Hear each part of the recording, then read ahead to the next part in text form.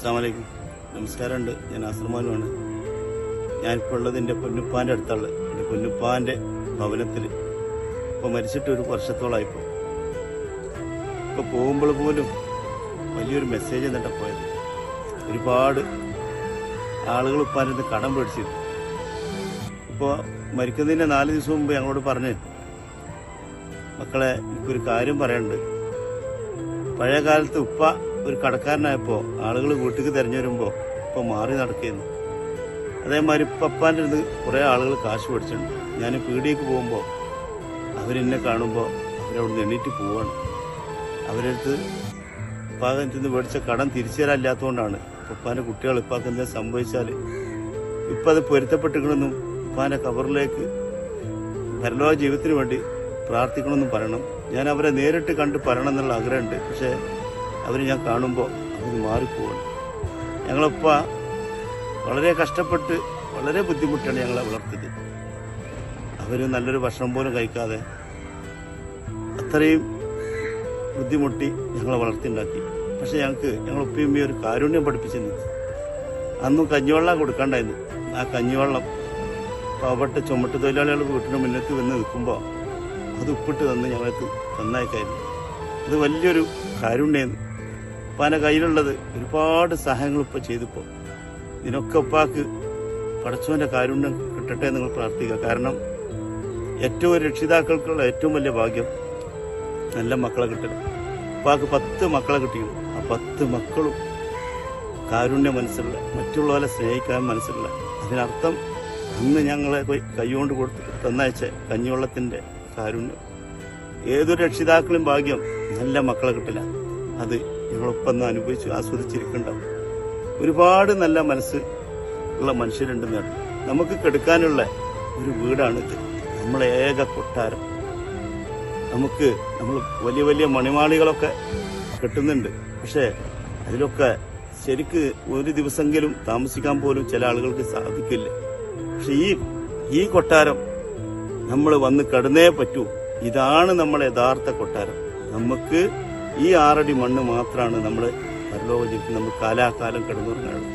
ഇവിടെ നമുക്ക് ബെഡ്ഷീറ്റ് വിരിച്ചു തരാനോ തലയണ വെച്ച് തരാനോ ഫാൻ ഇടാനോ AC ഇടാനോ ഒന്നും നമുക്കാരുമില്ല. നമ്മളൊറ്റക്ക് നമുക്ക് മാത്രമുള്ള നമ്മളെ ഭവനം. നമ്മൾ ഓർക്കുക, പടച്ചമ്പരാൻ്റെ അടുത്തേക്ക് നമ്മൾ പോകുമ്പോൾ നമ്മളെ കയ്യിൽ വല്ലതും വേണം. എൻ്റെ ഉപ്പ ഭാഗ്യവനാ. ഞങ്ങൾ മക്കളൊക്കെ ചെയ്യണമെന്ന് ഒരുപാട് കാരുണ്യമുണ്ട്. ഇതിനൊക്കെ അവകാശിയാണ് എൻ്റെ ഉപ്പ. ഒരുപാട് ആസ്വദിക്കേണ്ട ഉപ്പ, പാവം. അത്രയും നന്മയാണ് ഞങ്ങളെ പഠിപ്പിച്ചെന്നപ്പ. നമ്മൾ ചെയ്യുന്ന കാരുണ്യത്തിന്റെ ഫലം നമ്മളെ രക്ഷിതാക്കൾ കിട്ടും. ദയവ് ചെയ്തിട്ട് നാട്ടിൽ ഒരുപാട് വിഷമത്തോടും ബുദ്ധിമുട്ടോടും മനുഷ്യർ ജീവിക്കുന്നുണ്ട്. ഒരുപാട് പണക്കാരുണ്ട് നാട്ടിൽ. ഇതിന്റെ ഈ കബർസ്ഥാനത്തിന്റെ ഉള്ളിൽ ഒരുപാട് പണക്കാരും സാധാരണക്കാരും കിടക്കുന്നുണ്ട്. എല്ലാവർക്കും ഒരേ മോഡൽ ഭവനം, വ്യത്യാസമില്ലാത്ത ഭവനം, 6 അടി മണ്ണ്. ഇതാണ് പണക്കാരനും സാധാരണക്കാരനും വ്യത്യാസമില്ലാത്ത ഒരു ജീവിതം നമുക്കുള്ള. ഈ വീട്ടിലാണ് നമുക്കൊക്കെ ഒരുമിച്ച് ജീവിക്കാനുള്ളത്. നിങ്ങൾ ഓരോരുത്തരും പടച്ചമ്പരാൻ്റെ അടുത്തേക്ക് പോകുമ്പോൾ അള്ളാഹ് തന്ന സമ്പത്ത് പടച്ചമ്പരാന് കടം കൊടുക്കണം. മറ്റുള്ളവരെ പ്രാർത്ഥന നമുക്ക് വേണം. നമ്മളെ കയ്യിൽ എന്തെങ്കിലും ഉണ്ടെങ്കിലുള്ളൂ അള്ളാഹ് നാളെ ഇതിൽ കിടന്നുറങ്ങുമ്പോൾ സമാധാനത്തോടെയും സന്തോഷത്തോടെയും ഉറങ്ങാൻ കഴിയും. നല്ല മക്കളെ കിട്ടിയാൽ അതിനർത്ഥം നല്ല മക്കൾക്ക് ഞങ്ങളൊപ്പം പഠിപ്പിച്ചെന്ന മാതിരി ആദ്യത്തെ ഡിഗ്രി, കാരുണ്യത്തിന്റെ ഡിഗ്രി, അത് പഠിപ്പിക്കണം. എന്നാൽ മക്കൾ ചെയ്യുന്ന ഓരോ തണലും ഓരോ കാരുണ്യത്തിന്റെ അംശങ്ങളും നമ്മൾ അന്ത്യവിശ്രമം കൊള്ളുമ്പോൾ രക്ഷിതാക്കൾ കിട്ടിക്കൊണ്ടിരിക്കും. നമുക്കൊക്കെ ഇവിടെ വന്നേ മതിയാവും. ഒരു വിട്ടുവീഴ്ചയില്ല നമ്മൾ മരണത്തിൽ. നമ്മൾ എത്ര പണക്കാരനായാലും നമ്മൾ എത്ര സ്വാധീനം ഉണ്ടെങ്കിലും പടച്ചമ്പരാന്റെ കോടതിയിൽ നമ്മൾ രക്ഷയില്ല. തിരിച്ചു പോന്നേ മതിയാവും. ആ സമയം വന്ന ആ സെക്കൻഡ് വന്നാൽ അള്ളാഹ് നമ്മളെ പിടിക്കും.